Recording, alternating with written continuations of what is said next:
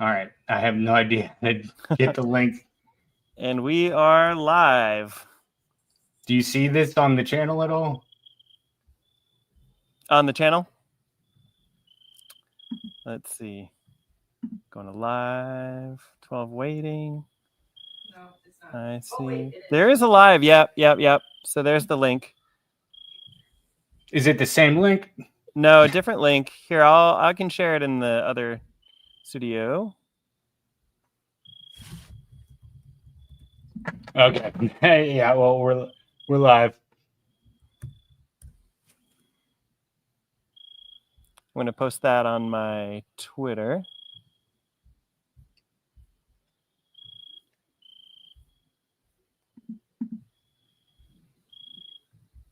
Okay. All right, everyone. Just give us a few minutes because this was extremely technical and I need to update a few things. So just give us a few minutes.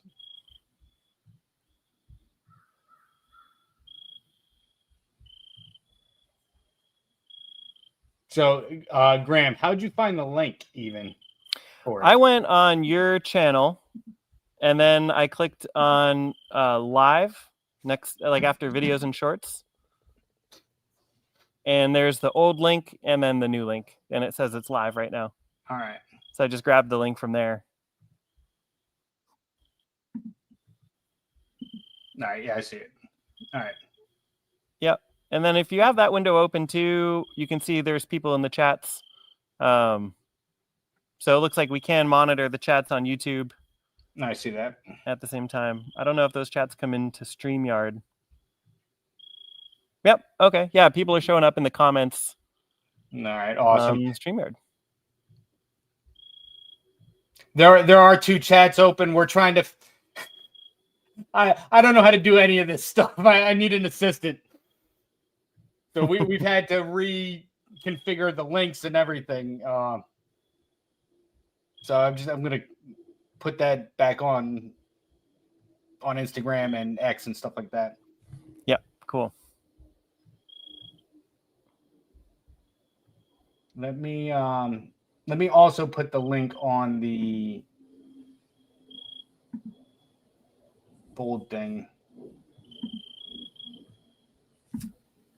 I don't know. Why did I make it so confusing?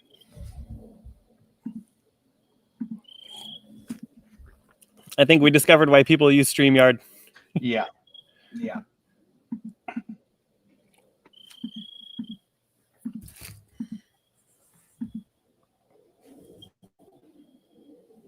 All right, let me just find my way back to the stream. And okay. Hey, Tasman. From Australia, Tommy K. Yeah, the crickets. I'm outside here in North Carolina. Sarah.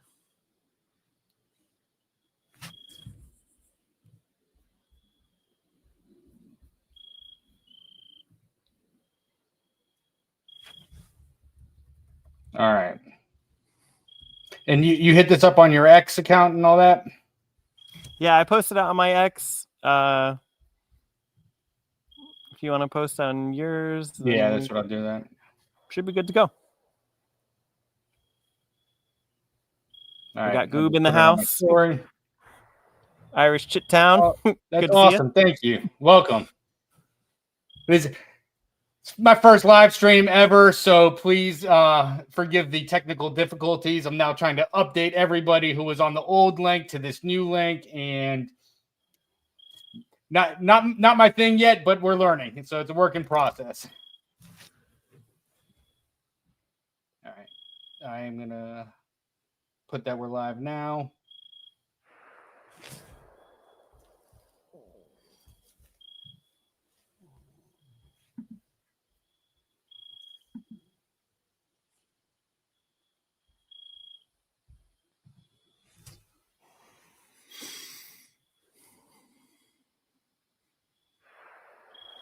Thanks for waiting, everybody, while we navigate a few technical hiccups. All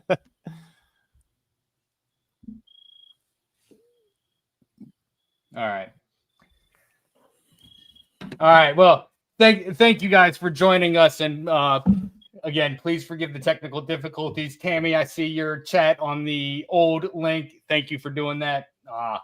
Again, first time jitters, and I forget, it's Murphy's Law. Is that it? Whatever can go wrong, expected to go wrong. Yep. The laws of entropy. Well, hopefully not on our trip, though. Hopefully will not apply to the expedition. Yeah. But, there's one thing I can say about this, I'll go into like the introduction in a second, but one thing I can say about this expedition is it kind of took a mind of its own was created, because I kept looking at sites and kept looking at research, and I just kept adding more and more sites. And I called Graham. I was like, Graham, I need to stop, man. I can't look at our itinerary already. This is, and I can't wait till we get to some of those areas, like in the Titicaca area and all that terracing that we saw. It blew my mind how massive these cultures must have been, and just how many people were being fed, and the it blew my mind. I had no idea, because it's literally everywhere. But we're not just going to go see terraces. We have a lot of unique places, a lot of I would say a good about half of our excursion here is like a hunt for unknown megaliths or little known megaliths. And so I'm excited for some of those. And Graham and I met at the Cosmic Summit earlier this year in 2024 or 2025, and we hit it off. And this has been in the making for the past couple months now. That's right. Yeah. And one thing that I've learned about you, Raul, while working with you over the last few months is that you never stop. There's just every day there's new sites to look at on Google Earth and new satellite imagery to examine. And there's a lot of terracing throughout this region. And I think where you find the terracing, you're going to find other interesting features as well. And I'm particularly curious to see if any of these terraces are megalithic, of course. That's something that we're going to be looking very carefully for, is any megalithic architecture. And you were commenting before on just how many people and the level of civilization that would be required to basically geoform the entire landscape in Peru. Literally anywhere you look. That was really eye-opening for me going through a lot of these sites with you, is if you zoom into almost any place in the remote desert of Peru, you'll find evidence of ancient structures. And so, that's a big thing that I'm looking forward to exploring as well, is just like the level of civilization that was present in Peru in ancient times, and glimpsing more of that world. Well, and to that point, the areas we have pinged to go explore, we're going to be looking at vastly different regions of the country and different cultures. And so that's in part what excites me the most, is to learn the epochs that some of these cultures reigned. The one this I've never seen anything like it before. There's one site that I have mapped out for us, and there's a couple around it where the architecture goes up 5 stories. It looks like a modern, like, townhome almost. It's just the facade that's all that's left of one of these places. It's like an entire mountain that's terraformed. But it's but from the ground up, you still see the outline, and it's there's literally 3 to 5 levels, because they have windows on each of those levels, and it's to think this was being built between 2,000 to 5,000 years ago. It's wild. The only thing different is that it's not brick and mortar. It's like shale stones, just packed and packed and packed. And so, just this trip really excites me, because of the different regions, because of the different cultures. We're just going to be inundated with so much history. It's going to be amazing. Yeah. Well, most people hear Peru and they think the Inca, but there were so many cultures that predated the Inca who were relatively latecomers. I mean, the Inca civilization began, around like 1400 or something like that, but cultures existed in Peru for thousands of years before the Inca. And that's really what most interests me, is like these pre-Inca cultures that go back thousands and thousands of years. So yeah, very, very curious to dive into that with you. I just want to acknowledge too that you really blew up over the last year exploring these undocumented sites in Peru in the spirit of true exploration, literally just trekking through the desert and over mountains to find sites that people have not ever seen or haven't seen yet, or maybe the locals know about it, but the world hasn't seen it. And, when I started my channel, the first video I ever filmed was going to the reshot structure. Yeah. And so I feel like we both kind of cut our teeth on exploring places that are very much off the beaten path, that are difficult to get to, that some might consider to be unsafe. And that's kind of my bread and butter, and that's kind of your bread and butter too. So, well, and I'll tell you what, the fact that we're doing this together, there were, out of the 23 days of my last expedition last year, I turned back twice because it just too dangerous. Being without any cell service, if I slipped on a rock, I would go careening down a mountain and it'd be a wrap. You know what I mean? So for some of what I've planned out for us, it's I don't want to say a little bit more risky, but I'm a little bit more comfortable, kind of going out into the wild, knowing that we'll be together and, we'll have lines of communication and things like that, So, I'm grateful that we met and that we're planning this out together, and it's coming up within the next week. It's upon us. Yeah, there's only so much you can do solo before it just becomes a safety risk. And so, one of the pieces of gear that we're going to be traveling with is an SOS beacon that allows us to connect our cell phones to satellite and send a text message from anywhere on Earth. And also, in a worst case scenario, send an SOS to a third party that theoretically then organizes a search party to come find us. Yeah, I'm not counting on that necessarily, but I think being able to send a text message from anywhere that we are could be helpful. So I see the Goob sent this. It's funny you bring up that site, but that is one of the sites that I put on the list, and it's actually called, in the literature, like when you look on Google Earth or Google Maps, or even the Ministry of Culture, it's just like the Wari Archaeological Complex. But through my research, I found that it's called Viñaque, and that is, I believe it was either Garcilaso de la Vega or Pedro Cieza de Leon. But when they asked the natives at Lake Titicaca, who built this architecture, they said, we don't know. It was already here. It was the people, the bearded men came from Lake Titicaca and built this, just like they built Viñaque. And I was like, okay, let me find out where this Viñaque place is. And through the research, I found it's over 800 kilometers from Lake Titicaca, but it is the same architecture. And what's unique about that, from the pictures I've seen, that megalithic precise architecture is buried. Like the majority of it, they've excavated some of it, and it's pretty deep. So, for all intents and purposes, it's older than what's sitting on top, naturally. So I'm excited to see that place. Yeah. And speaking of Lake Titicaca in general, I know that we're going to be exploring quite a bit around Lake Titicaca, and including the region between Lake Titicaca and Cusco, which maybe it's an appropriate time to mention, like the origin story and the flood myth from that region. And the Inca, but I think this myth goes back before the Inca, but they talked of a great flood, like so many cultures do, where the gods, Viracocha, emerged from Lake Titicaca after the flood. And they also mention a world inhabited by giants before the flood, which is in the original Incan versions of the myth.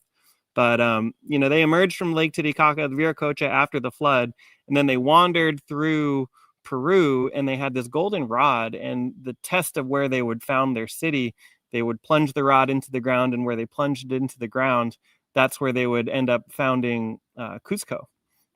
But that entire journey that whenever was made between Lake Titicaca and Cusco, you don't really see much on the tourist map of sites in that region in between those two places. And that's one of the areas I'm really excited to dive into with you on ground.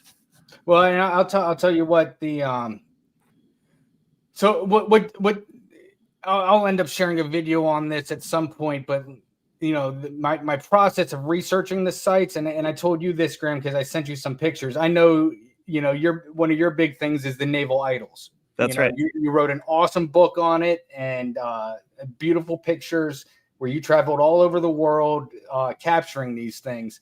Mm-hmm. And I ended up, as I was exploring sites in those spaces between Cusco and Lake Titicaca, I came across these original black and white photos and explorer journals from, I don't know, anywhere from the 1940s to 1960s. So these black and white photos of these local farmers with their terracing, and there's a naval idol statue just right there. And there was actually a map on one of these old documents that kind of triangulated where a lot of these things came from. And I've put those towns on our list. Whether or not we'll be able to stay anywhere in them is debatable. But one of the goals is to simply go to these areas and talk to the people and ask them. And hopefully somebody's still around who was around back then. But because this is the majority of them I found through the research were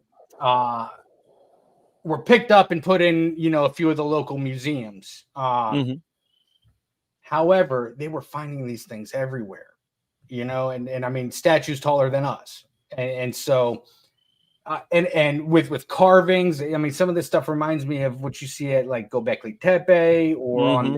on the back of the Moai statues. Mm-hmm. So that'll be interesting. And to your point, I'm working on a video now. I'm hoping to have it out before we leave. But I've been doing a deep dive into some of the myths and the legends, and there's a handful of Jesuit and Augustinian priests and friars who were capturing the native accounts back in the 1600s, and I said it's in my video. I can't tell whether or not they're elaborating or exaggerating on the accounts of like their peers. Part of that seems like it's happening to me. We may never know. But there are a handful of them that speak to what you spoke to about like a great flood happening and giants being responsible for this. And so it was unique for me to come across that in like these, I think it's Barnaba Kobo and I forget some of the other guys' names, but when I make my videos, I dig deep, and so I want to like show on the screen the original handwritten work that has been now fast meal copied onto the internet archives, and so because with a lot of these accounts, it's difficult to know if the Catholic Christian conquistadors interwove their own elements of a flood myth, or if it is actually just like the authentic flood myth from these cultures that talk about giants existing before the flood. And there's a whole realm of interpretation as to what that exactly could mean, but it's just interesting how well it lines up with other flood myths from around the world, and specifically the biblical account, of course. So I will say this, because I see Dave, who just popped into the live stream, and I haven't said anything about this yet. Let me find a link. I'm going to put a link to the GoFundMe. We're doing this thing within the next week, and if you're able to contribute, any contribution really does help. We're renting vehicles and gas. That's one thing I haven't told you yet. Graham, gas is super expensive down there. So we're going to be burning a lot of gas. we are definitely going to be burning a lot of gas. But then, other things like the equipment we need and all the different terrain. If you're able to contribute, I'm going to put a link to the GoFundMe in the chat. Every little bit helps truly. And on that note, you'll receive a bunch of perks like from the field. I'll be putting on Patreon, updates and content and media that is reserved for like Patreon and membership. But when you donate, you'll get a free membership to Patreon. So to be able to see everything that comes from this expedition, it's a way of saying thank you, and you deserve it for helping us out with this. Also, since Mike and Dave are here from Mike and Dave's Multiverse, they have helped back this by offering 2 free tickets to the Quest for Ancient Civilizations conference. And that will happen on Thursday, that drawing where for any donation of any denomination, you have a chance to win these 2 free tickets to an awesome conference happening in December. So let me go ahead and find that link.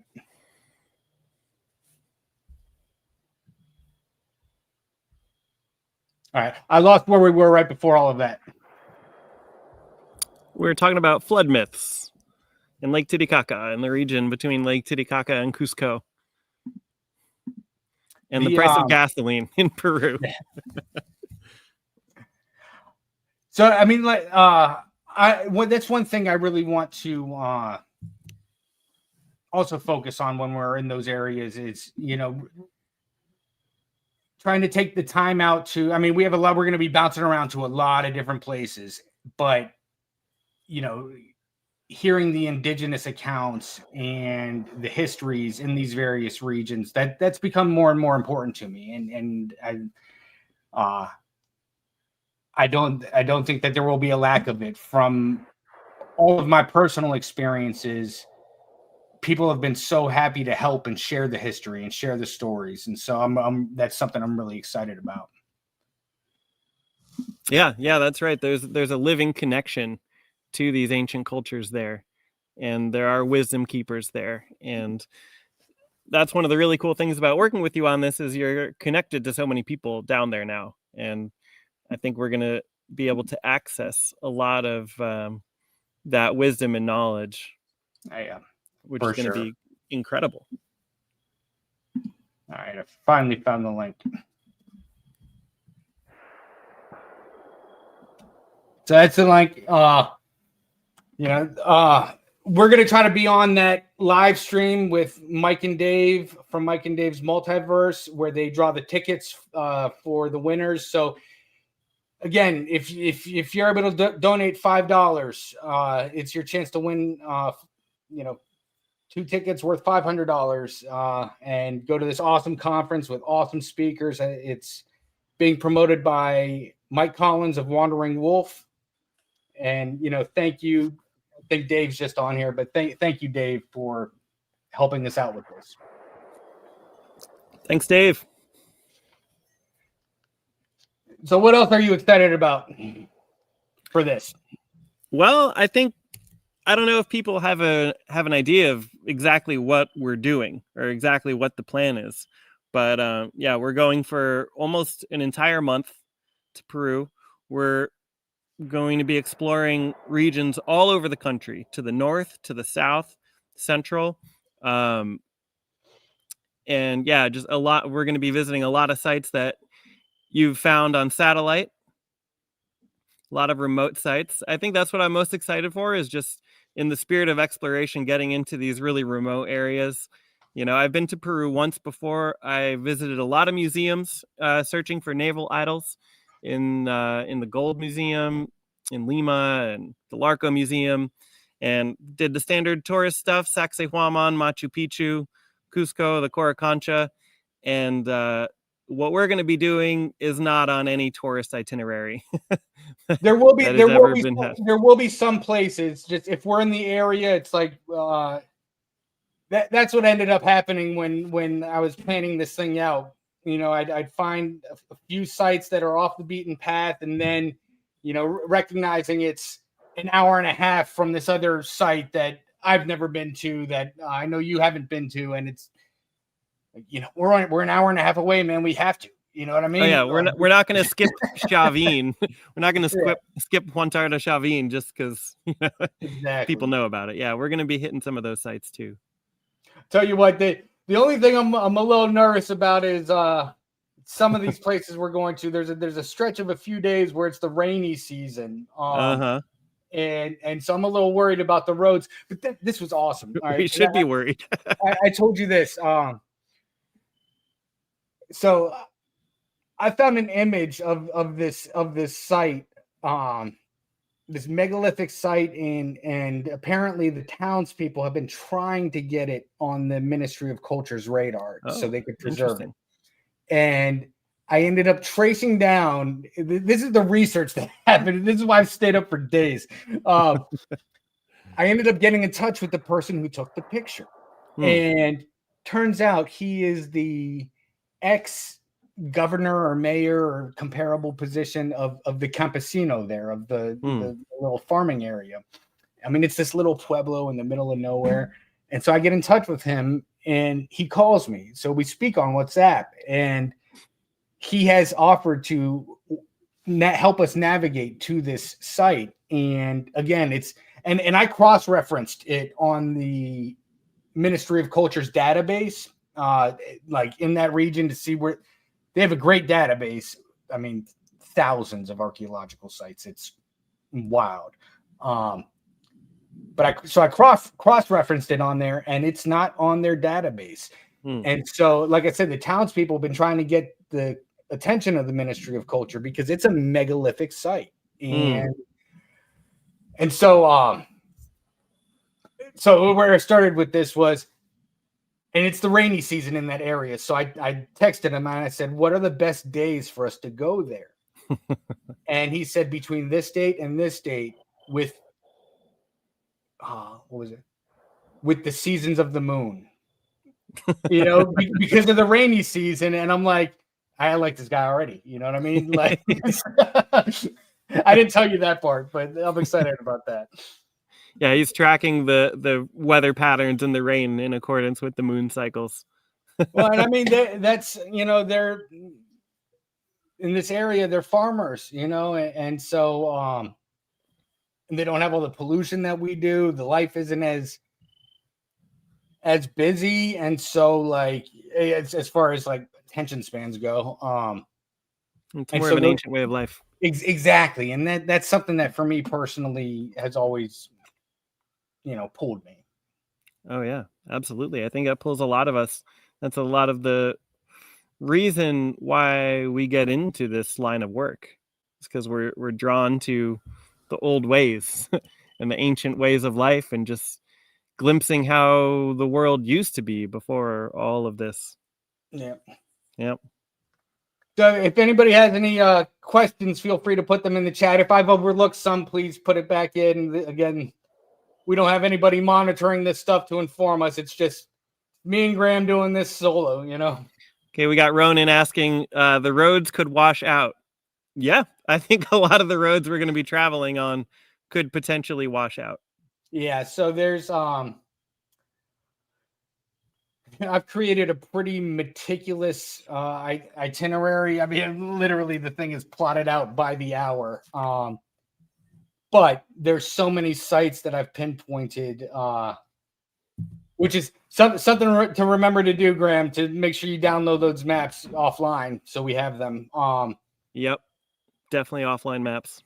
But if we get sidetracked and have to go somewhere else, there's not a lack of places. So yeah, the rainy season has just started. So I'm hoping that we'll try to get the big things we want to get done in the morning where it doesn't rain, but the afternoon we could hit some thunderstorms. So yeah, we've got our ponchos. Yes.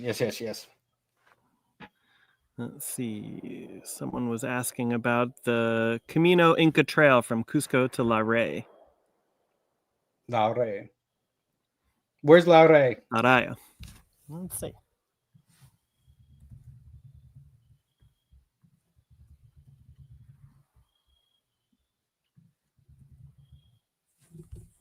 See if we'll be doing anything in that area. Let's see. Well, you figure that out. I'll answer the next. So, we have good video cameras, drones. I was. That's the only thing that kind of made me nervous is that if it's the rainy season, we might not be able to, fly our drones. But I mean, absolutely, we have a lot of the equipment we need to get various shots. Hopefully, some 3D mapping stuff as well when applicable. That I'm going to try to do that because I want to get models of all these places when possible. Do some photogrammetry after the fact. But yeah, I mean, all the tech is there. All the tech is there. Oh, yeah. Plenty of tech. Okay, Laraya, it's the highest point midway between Cusco and Titicaca. Yeah, I think we're going to be driving along that route and exploring a lot in that area. Dude, so this is another thing. So when I was looking for the origin of a bunch of those naval statues, I found... And a lot of times what I find on Google Earth is you'll see something labeled as an archaeological site or just a label of something. And there's like a picture presented by a local who went there exploring things. And so in this area where a bunch of the naval statues were, there's a canyon, a deep canyon from one of the, Urubamba tributaries, one of the waterways that feeds into the Urubamba or feeds off of the Urubamba. And all along this canyon are these caves with, prehistoric petroglyphs, but also things that I've only seen in the American Southwest, which is really interesting to me, like the homes that are built into the cliffside and stuff. I haven't really seen. I mean, I know they're down there in Peru. I haven't seen them personally though, so I'm excited to see some of those. But I mean, so a lot of these areas, man, we're just gonna have to go into the town and be like, "Hey, can you point us in this direction, please?" I mean, that's what we I'm need, like printed out for. pictures of megaliths and printed out pictures of naval idols. Like, have you seen any of these? Yeah, right. Have you seen any of these? No, but that would probably be an effective technique, and I bet people have seen these things. I agree, or know of them for sure. Yeah. Yeah, the cliff dwellings. Yeah, that's exactly it. And yeah, it just like Monteverde. But it shocked me, man. And I have that on our itinerary if time allows. I mean, there. Oh, Chaska is saying there's hot springs at Laraya. There's hot springs all over the place. All right, we'll have to add that to the itinerary. But we're doing this huge loop. I mean, there's just some of the stuff I've done is in the research. Like, I joined all these groups of archaeologists who have put other people's work out there, and so I mean, you can't take the name for a lot of these places. I found you can't take the name of it and put it into Google Earth. I've had to reverse image search and all of this stuff to try to triangulate where a place is, and one of the problems with that is that there's a lot of places in Peru that are named the same thing in various different regions. So you have to kind of figure out what the climate is like in the picture and see if it makes sense to be in this region versus that region. And so we've done a lot of that stuff. Let's see. Trevor, what's up, man? Good to have you on here. Trevor. So, I mean, I'm stoked. We're going to be posting updates from the field. There's a handful of places from the last expedition that, I'm glad we're going together, like I said. And just a few of the bigger, or not bigger name ones, a few of the more mysterious ones from my last expedition that I just wish I had more time to go to, that were difficult to go to. And so I'm excited to look through some of those, like the potential megalithic site on the coast. It's a city that is almost a full mile long. Like the struggle, it's a full mile long, built into the mountainside. And so, I mean, I have that scheduled for us. And then, I have a local, Arnold, who accompanied me for part of the journey on the last expedition. He's going to be meeting us when we're up in that Cusco region to take us to a few sites that a lot of people don't get to see. So, I mean, there's going to be a lot during this trip. Yeah. Yeah. A lot of people say when they explore ancient sites and film it and put it on YouTube that you're going to see things you've never seen before.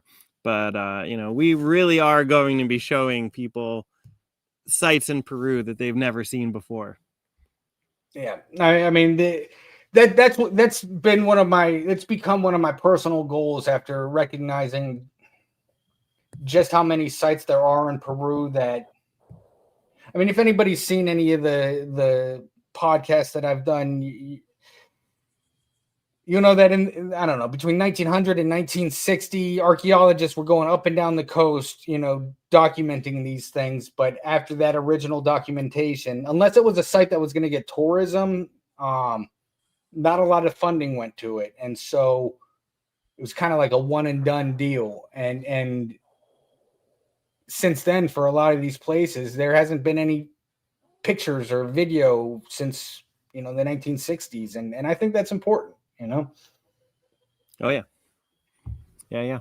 So, and thank you, Trevor. I will definitely reach out to you when we wrap this up about the photogrammetry, for sure.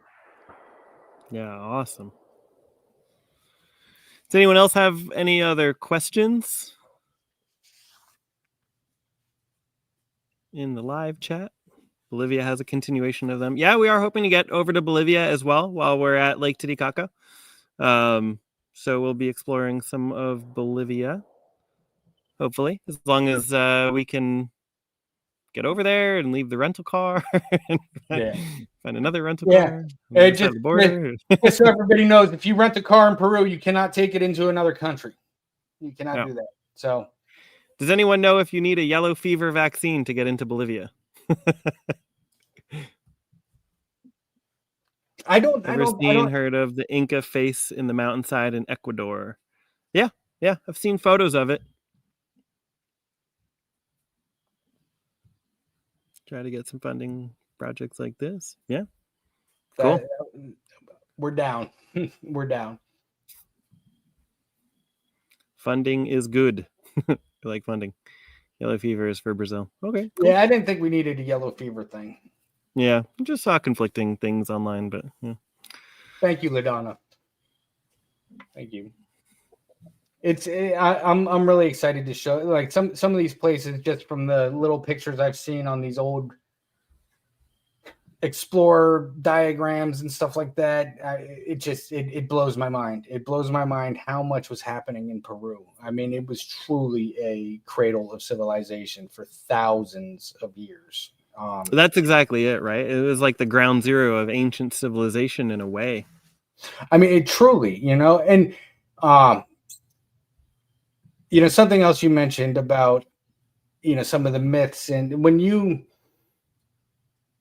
look at areas on the coast, even through satellite, you can go on Google Earth now, and you can see that the terrain that has just been inundated by tsunamis, just scraping the earth. But what's ironic is you also see that up in that Titicaca region. You also see these areas because I mean, if you just search on Google Earth, you'll see all the volcanoes that were there. And I mean, some of the terracing that we were talking about is completely burnt out. Some volcanoes at some point, I mean, it's not green any time of year. That terracing does not have any more vegetation. What it looks like is like when you look at Saudi Arabia and places like in the Sudan and stuff like that, where you can see all these kites and these terracing close to the volcanoes that are kind of blacked out on that's what they kind of look like in some of the Titicaca region. It's surprising. Wow.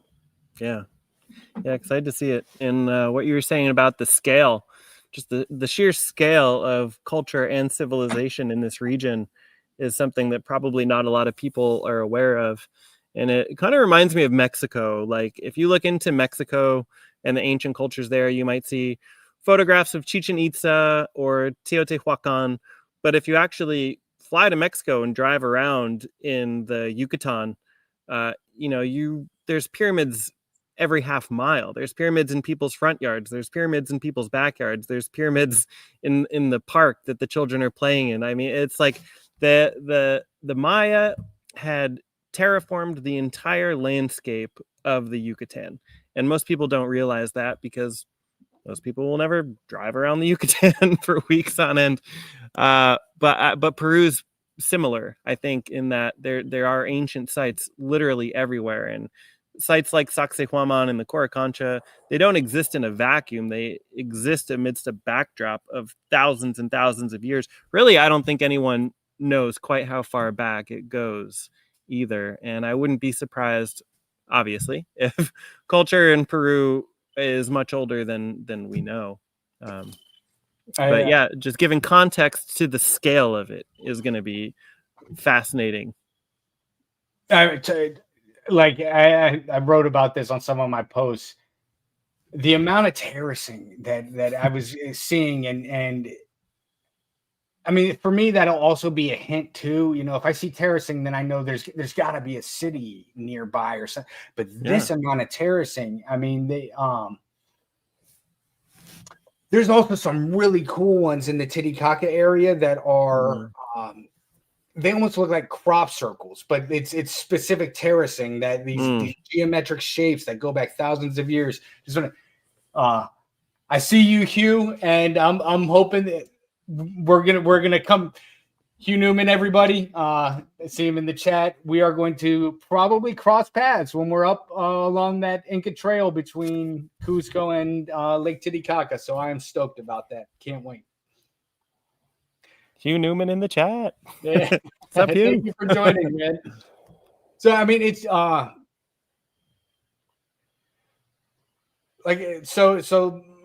process of seeing that terracing, for example, it's like there has to be a city or a town or a village nearby, and all you got to do is look. It's there.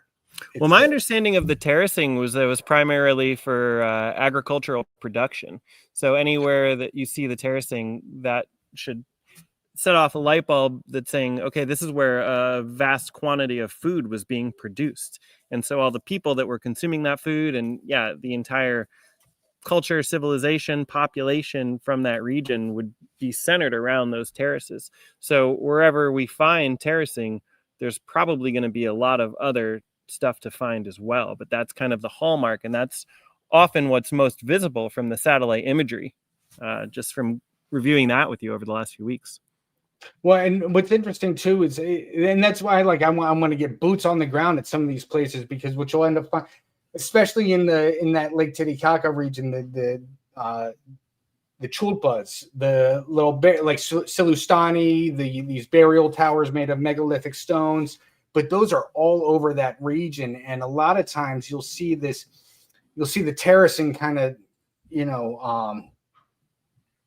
integrate itself on the mountains, but at the very peaks, on the very tops, you'll see these chulpas, and so it's just it's so much, man. It's so much. Yeah, but terracing is not boring. Terracing is very exciting. Terracing is kind of like the hallmark of everything else we potentially could find. And some terracing is megalithic, right? I mean, Sacsayhuaman, while not an agricultural terrace, but it is a terraced site. So, sometimes terraces are fortresses or citadels. Or temples. I mean, like there's some of the places that we're going to, I mean, one thing I tried to plan for during this expedition was, because we all know the megaliths in Cusco, and we know the megaliths in Titicaca, but there are megaliths all over the country, and some are just now being worked on. There's the one where I talked to the guy who was the ex-mayor. That's still not on the government or Ministry of Culture's registry. And one thing that I just think it's awesome that the townspeople are trying to get their attention, and if we can help with that, all the better.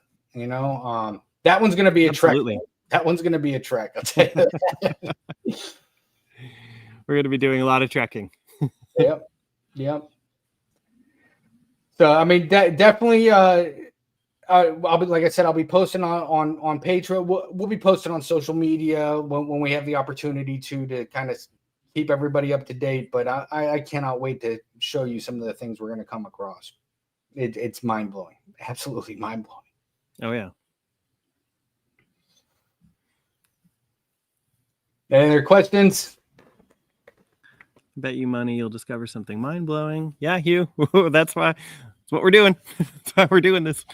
Largest terraces are at Zuriti. They dug down and found 2 meters of dirt, then 3 meters of guano. Interesting. A lot of sacred sites come to life at dusk and dawn. Will you be visiting at those times? Hopefully. Yeah. Hopefully. I mean, we're trying to capitalize on the amount of daylight we have. I think that for the majority of places we're going to be at, we're going to lose the sun around 6 o'clock. So I built that into the itinerary. We'll get up early and just kind of keep making moves. And I did see this. We're, as far as like the altitude goes, we're going to take some medicine and try to tough it out.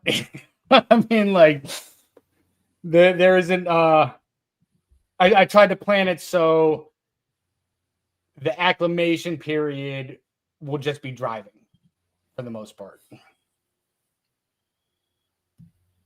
Are there ruins in Lake Titicaca? There are ruins all over that region. Oh, yeah. All over that region. Oh, yeah.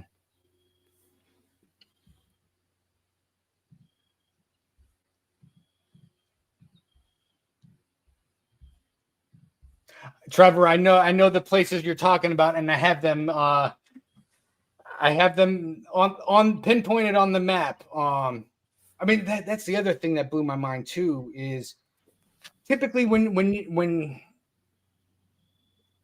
you visit or when you see Cuzco, you're seeing a handful of sites. But if you, I mean, when I was mapping this, I mean, my family's from down in Peru, and I've been to Cuzco many times.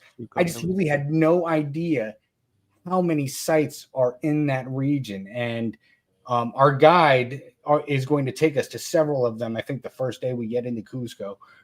But they're just all around, heading into the Amazon basin. And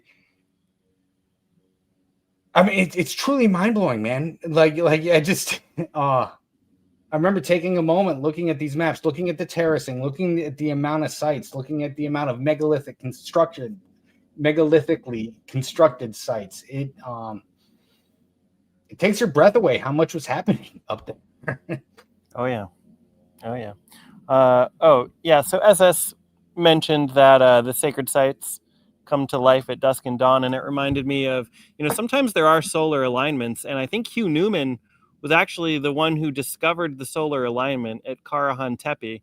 And if he's in the chat, maybe he can chime in, but I think it's on the winter solstice that a beam of sunlight during the sunrise shines through some of the stonework in the site and illuminates that face that's kind of protruding from the wall. And if we have opportunity to explore some of these sites, typically it would be on solstices and equinoxes that you would expect these kind of solar alignments and solar effects. But still, it'd be interesting to see if we could observe anything like that in the early morning hours at some of these sites. Well, and to that point, that's part of the reason why I want to be a bit. I've learned a lot on how to film things better and capture and document things better from the last expedition, and the photogrammatic stuff has become a bit more important to me, and so I'm definitely going to keep that in mind, because at the end of the day, what I would love to do is put those models out there, and someone who's more adept at the astronomical stuff than I am, take one of those models, and because I know there's software out there, I forget the name, but there's a bunch of software out there where you can plug things in and go back however 1,000 years and see the alignments and really. Personally, I know that's something I don't want to say never, but my plate's full with what we're doing here, and so kind of putting that stuff out there for you guys to investigate and explore and see what you come up with. That I'm all about that. But sometimes it's literally like a beam of sunlight, shining through some hole in the architecture and illuminating or creating some pattern. And we're coming up on the winter solstice, so if there are potential alignments in some of these sites, we it might be close enough that we could kind of see something, even though we're still about a month away. It's very plus talking to the locals there. I mean, that's something we should definitely, that's something we should make a note of, is to ask that question specifically. Yeah. And alignments. Oh, I work with an app called Sunseeker, which is a great app if anyone out there is exploring ancient sites. The Sunseeker app, it shows you the path of the sun and it overlays it over like your camera's field of vision. So you can literally be like standing at an ancient site, hold up your phone and see exactly where the sun would rise and set on solstices and equinoxes. So I hope to be collecting a lot of that kind of data on this trip as well. That's a great idea. Yeah, it's always good to check the solar alignments because, man, these ancient cultures aligned everything to the sun and the solstices. So I see the question about Sacsayhuaman. My new video is going to kind of address this, at least with what a lot of the locals have said. I tend to go with, I think the question speaks to a lot of the geopolymer theory of pulverizing the stones and kind of reformatting them. My personal thought about that is, don't understand how, I guess maybe in the reformatting process, that's where the puffiness comes from, the pillowing of these stones. For the time being, I personally tend to err on the side of Dr. Barnhart's theory and the acids that softened the stone. Soften the stone. My next video goes deep into this. Is circling back to earlier in our conversation, all those Jesuit and Augustinian documents. They speak to some of these things, and we know these ancient peoples were mining, and so one of the substances you get when you mine anything is sulfuric acid, and so we know that sulfuric acid can really affect limestone. And Dr. Barnhart has this great theory about hydrofluoric acid, which would definitely affect harder stones like andesite and granite. How much of the stone it would affect is debatable, but that's something he's currently been trying to get the authority to kind of scrape some of the stones to be able to test some of the residue. I'm not going to be surprised if that's what comes out. Yeah, I mean, if the stones themselves were actually carved and they weren't softened or they're not geopolymer, it seems like it would be almost impossible to create all of these interlocking angles. Yeah. And something that a lot of people don't realize is that the stones aren't only like interlocking in one dimension. If you look at areas where the masonry has been removed, like at the Coricancha, you can see they're interlocking in 3 dimensions, actually. Like the back faces of the stone are interlocking with the stones that adjoin them as well. So it's not just like the sides are interlocking, the back is interlocking as well on these stones a lot of the time. And, to create something like that today, I feel like we would need some kind of like mechanical arm that could rotate in 3D and like a planer that could plane it on every side according to like a CAD diagram or something. So, and the thing on that note is, if it was done with hammer and chisel, then they wouldn't fit together. So you would find an indentation, you would find, where something is a little off, but these things are fit so perfectly together. Yeah, like how would you rotate the stone and get the angle on one side and then get it on the other so perfectly? And then sometimes they're not even angles. Sometimes they're curves. At 100%. So like, how do you do that?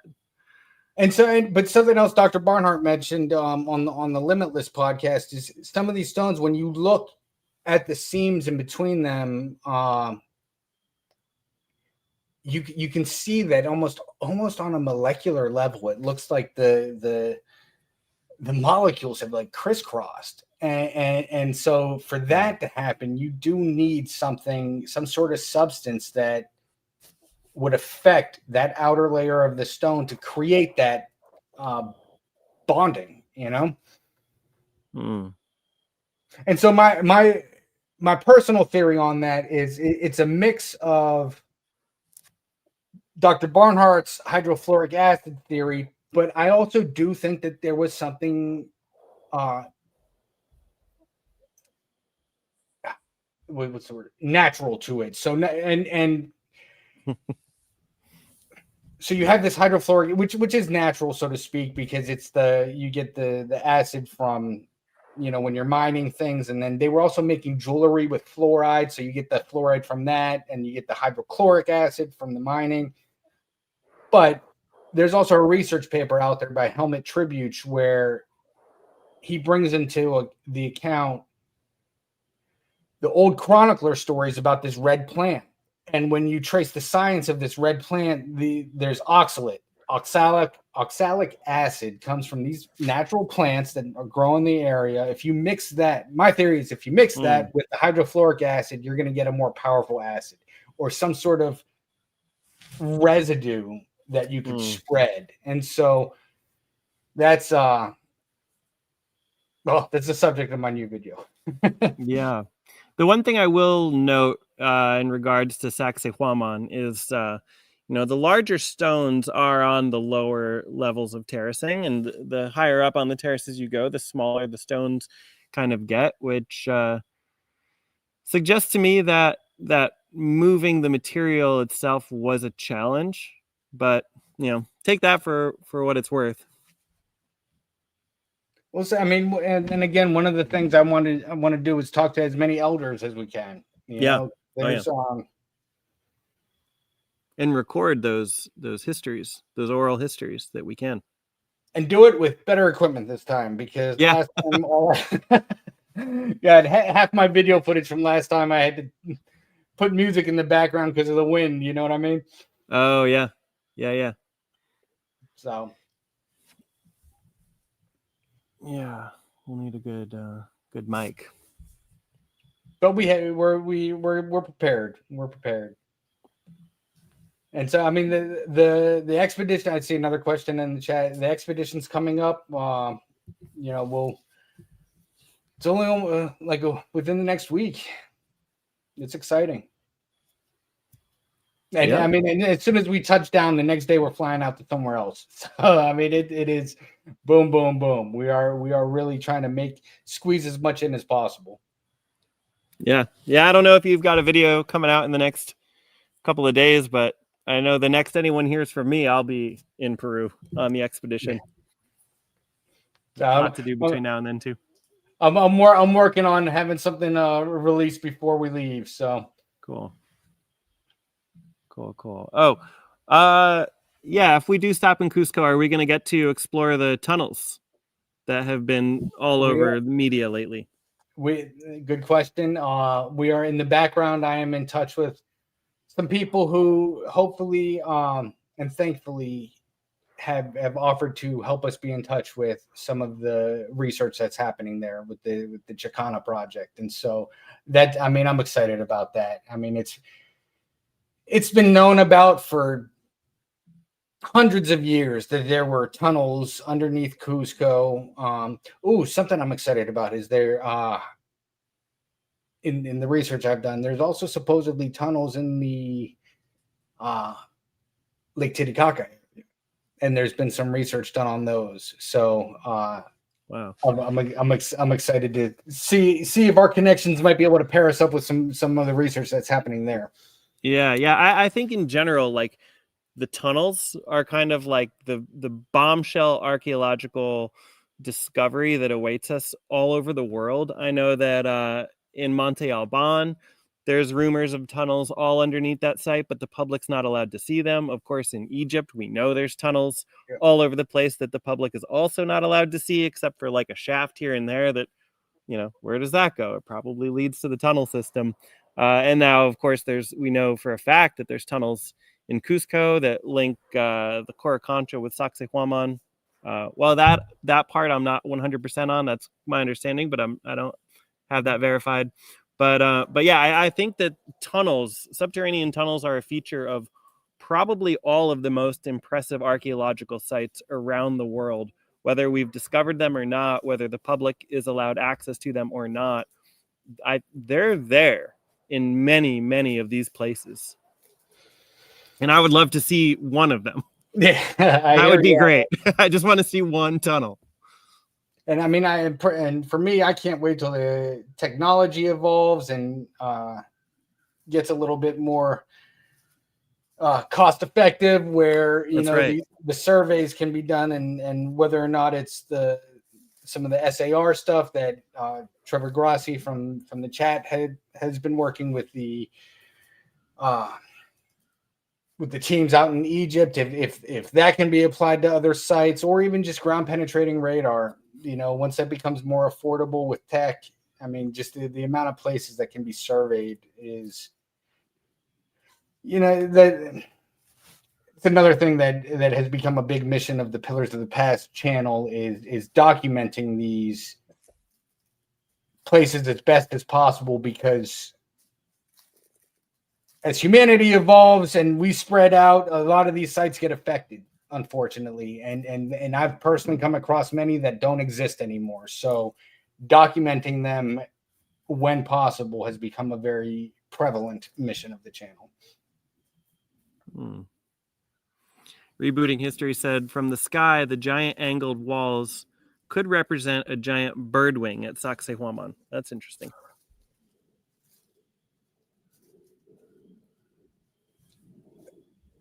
I did hear that about the